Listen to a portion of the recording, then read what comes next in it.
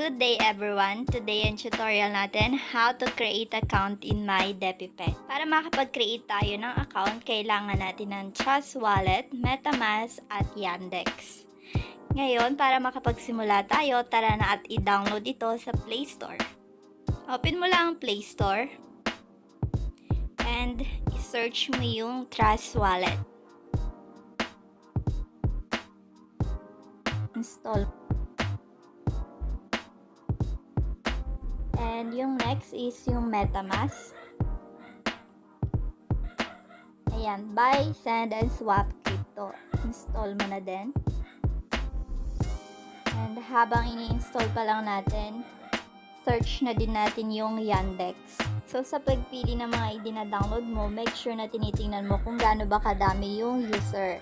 Kasi minsan madami din app na katulad nito. Para maiwasan natin yung scam, Yandex browser with protect. Ayan, na-download na natin yung tatlo.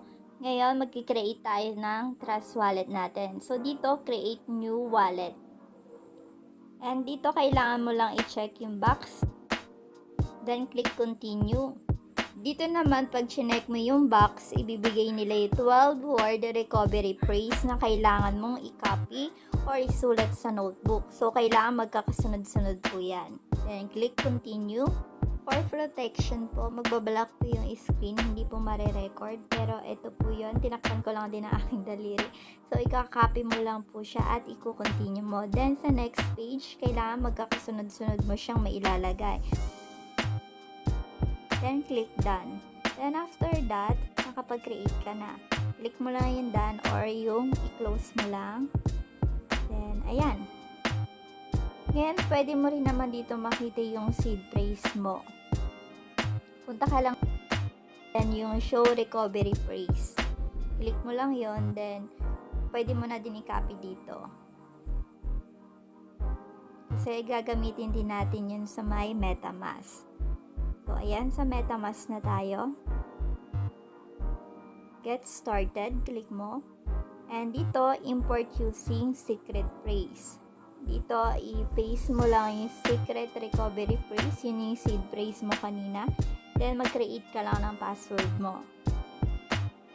And that's it. Nakagawa ka na ng metamask wallet. Ngayon, pupunta na tayo sa my yandex browser. Open lang natin yung yandex.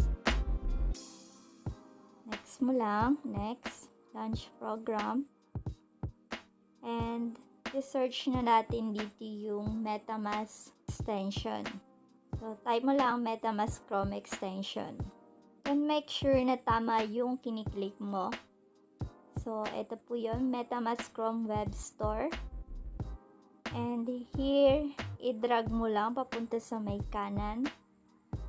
And kailangan hanapin mo yung not compatible sa taas. Pero syempre, kailangan natin puntahan yung 3 dots para ma-desktop version natin.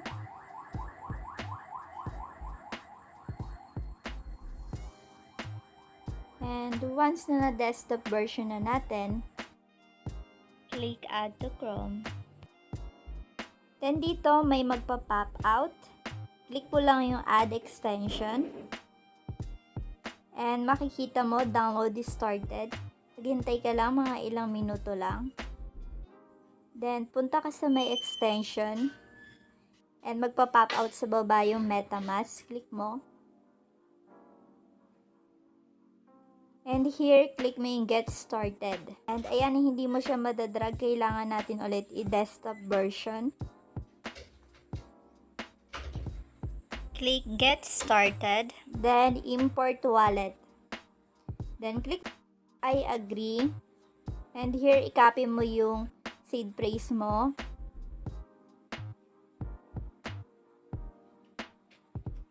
Then, yung password. And check mo yung box.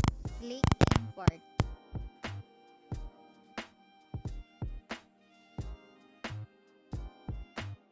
After that, dun sa may Ethereum, click mo yon.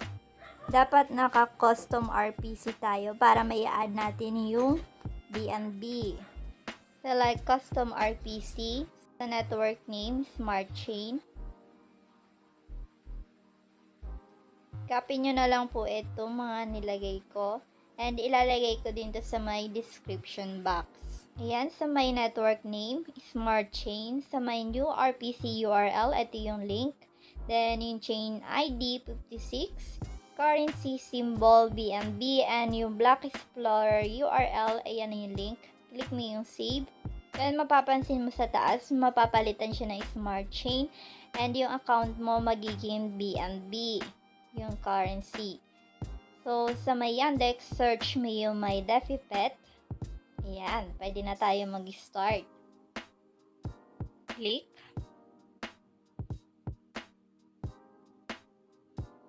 And hintayin lang natin mag-loading. Medyo matagal. Then, dito sa may upper right, click mo lang. Then, click may play now. Ayan, makikita mo dito yung connect and buy the-pet. So, click mo yung connect. Then, mapupunta ka dito sa may page kung saan nag-search ka ng metamask extension. Punta ka na lang sa tab ng metamask. Then, ayan, may notification. Click mo yung next. And, click mo na yung connect. Ayan, mapapansin mo, connecting na. Then, go ulit sa may tab ng my Defi pet. And, ayan, naglo-loading na yung game. So, ipapakita ko din sa inyo kung ano ba yung itsura ng starting game.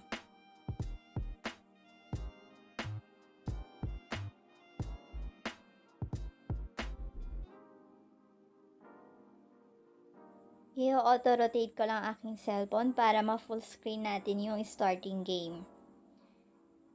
Click mo yung pataas at pababa na arrow na yon para ma-full screen. Ayan, may action required dito. Kailangan daw natin mag-sign a login message para ma-authenticate yung ating account. So, click mo yung sign. Then, punta tayo sa may tab ng ating metamask. Ayan, signature request. Kailangan mo lang click yung sign. Then, after that, pwede ka na ulit bumalik sa may Defi pet. Hintayin lang natin ulit mag-loading. There you go. Ayan na po yung starting game. So, ayan. Meron message dito. Thank you for being patient. Please accept our gifts and enjoy my Defi pet. Ayan, meron ako na-receive na gifts. And hanggang dito na lang po muna ang ating tutorial. Salamat sa pagsama muli sa akin. Click mo na lang din yung next tutorial natin para naman sabay-sabay tayong bibili ng egg sa Defi.